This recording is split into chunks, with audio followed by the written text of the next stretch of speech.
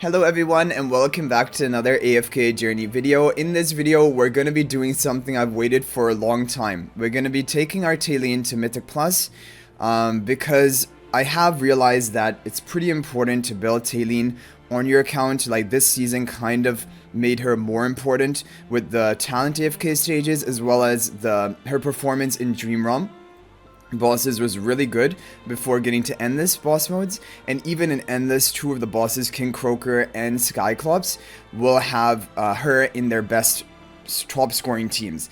And so Talene is an important priority on your account, but I would say definitely Frester is way more important for your performance in Dream Realm. But my priority has shifted from the video I made like maybe a month ago, which is that I said Scarlita should be after Fresto, but I think it is better for you to have Talene after Fresto, Rainier Mythic Plus first, because then you have all of your Dream Realm heroes sorted. Like Scarlita is not that great in Dream Realm. Maybe if she had some better charms or something this season, she would have been better, but really I think Talene is overall the better Dream Realm hero, no matter what type of season effects are given to heroes. Okay, so let's go ahead and get the final copy we need from her from the guild store. The Clash Fronts rewards gave us exactly enough to get the guild medals to get Talene up to 2 copies so we can ascend it to Mythic Plus. Now in this video I want to show exactly what you're gaining when you get a hero like Talene, but also this will apply to other Celestial Hypergeans when you get them to Mythic Plus, because this is a big breakpoint, because not only are you going to gain stats of Ascension from Mythic to Mythic Plus, which we're going to see how much that is, but then you also unlock their exclusive equipment, and by leveling that up, you gain a lot of bonus stats as well. And that is why actually the Mythic to Mythic Plus upgrade is the most valuable upgrade in terms of stats. The next most valuable one, I think, is Mythic Plus to Supreme, because then once you get Supreme, you're able to unlock up to plus 15 of your exclusive equipment, which gives a lot more stats as well. But of course, this is assuming that you have enough temporal essences saved up, which you should try to do for when you're about to get a new like ascension of your Celestial Hypergean especially. So when we're looking at Mythic to Mythic Plus upgrade, these are the stats you're going to get. So I did a calculation, and pretty much all of them, HP, attack, and defenses, are about a 10% increase in stats. Like attack works out exactly at 10.8%, but it might be because of rounding, and HP and physical defense, they work out to like 10.6 and 10.4%. So it's around about a bit over 10% boost of stats, at least for Talene, from Mythic to Mythic Plus, which is a pretty big boost. But now when we ascend, we're going to unlock the exclusive equipment, and we're going to see how much bonus we can get from that.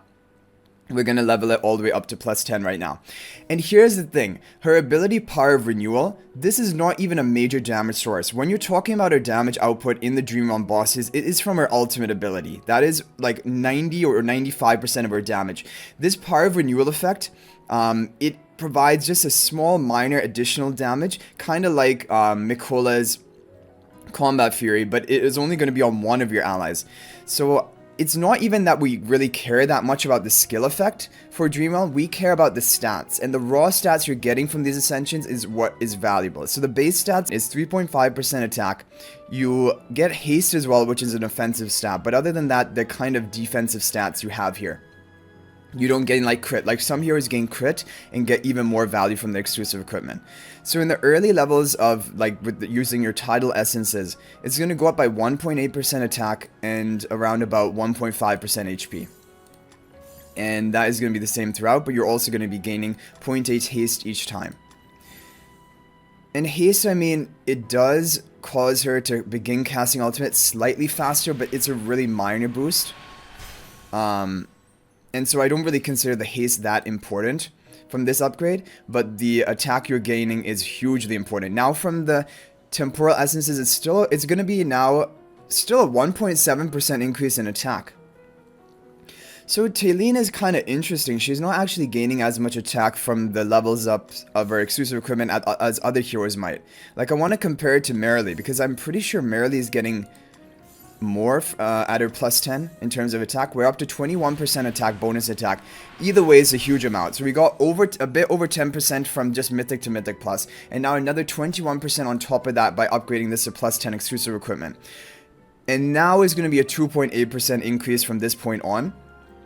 And so, but you're going to need to ascend it to Supreme for that. And that is why it's also considered a big breakpoint to get these damage dealing heroes. Even Fresto for endless bosses, he's considered a damage dealer, not really a tank. So if you get them to Supreme, not only will you gain Ascension stats, which we can take a look at how much that would be.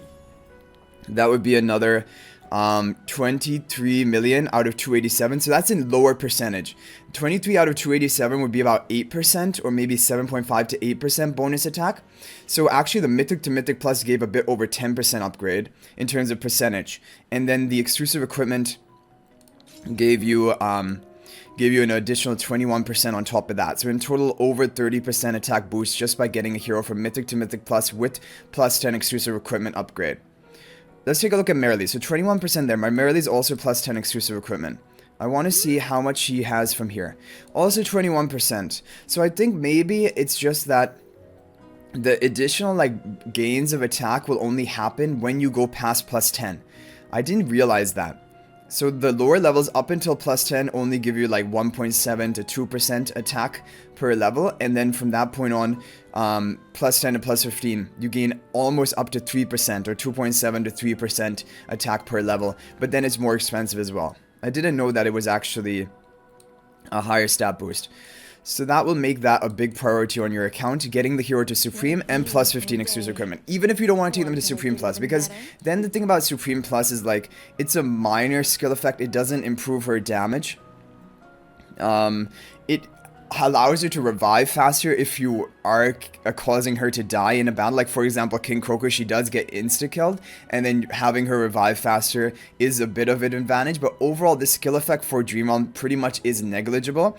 But the reason you would want to ascend it to Supreme Plus is then you gain stats from Ascension. We don't know exactly how much that is, but from what I've seen is that Mythic Plus to Supreme is going to be a more minor boost compared to Supreme Plus. So I would expect Supreme to Supreme Plus is probably another 10% attack just from that Ascension, but it does require 4 copies of her. So that's why people consider the big breakpoint either Mythic Plus plus 10, but if you have the Temporal Essences to get it to plus 15, then Supreme plus 15 is the biggest breakpoint, because we're seeing right now 5 levels of this, like 5 times the difference, 2.8%, that would be another 14% attack. And then also the stats from Ascension, another 8% boost by getting to Supreme plus 15. So there's a big difference between Mythic Plus plus 10 and Supreme plus 15. And so my next priority is we're going to save up Temporal Essences to get to 200, and in the meantime also save up to get copies, 2 more copies of Talene to Supreme plus 15, because I wouldn't consider a Celestial Hypogean if you're using them as a damage dealer.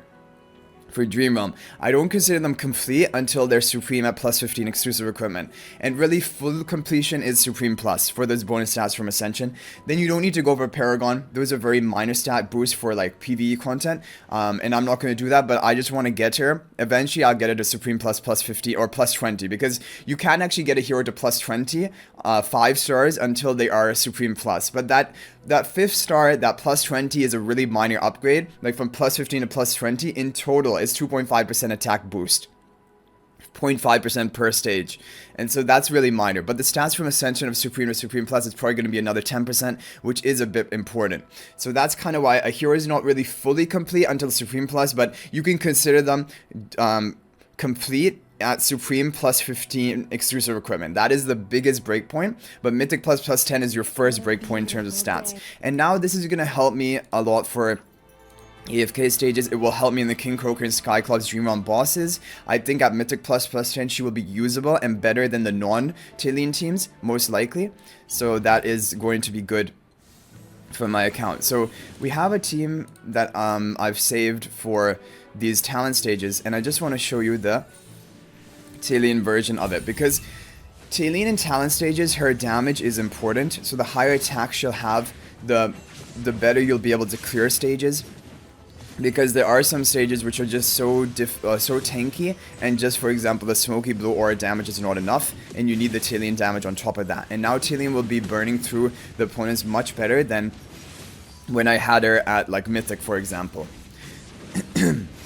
But yeah, the whole purpose of this video was kind of to see the percentage attack gains you're going to get on your heroes when you ascend them, and also the importance of not only Mythic Plus plus 10 exclusive equipment, but then the next breakpoint, which will be Supreme plus 15 exclusive equipment breakpoint, which is going to be like, from where we are right now, is going to be another 30% around stat boost by getting the Talene to Supreme plus 15.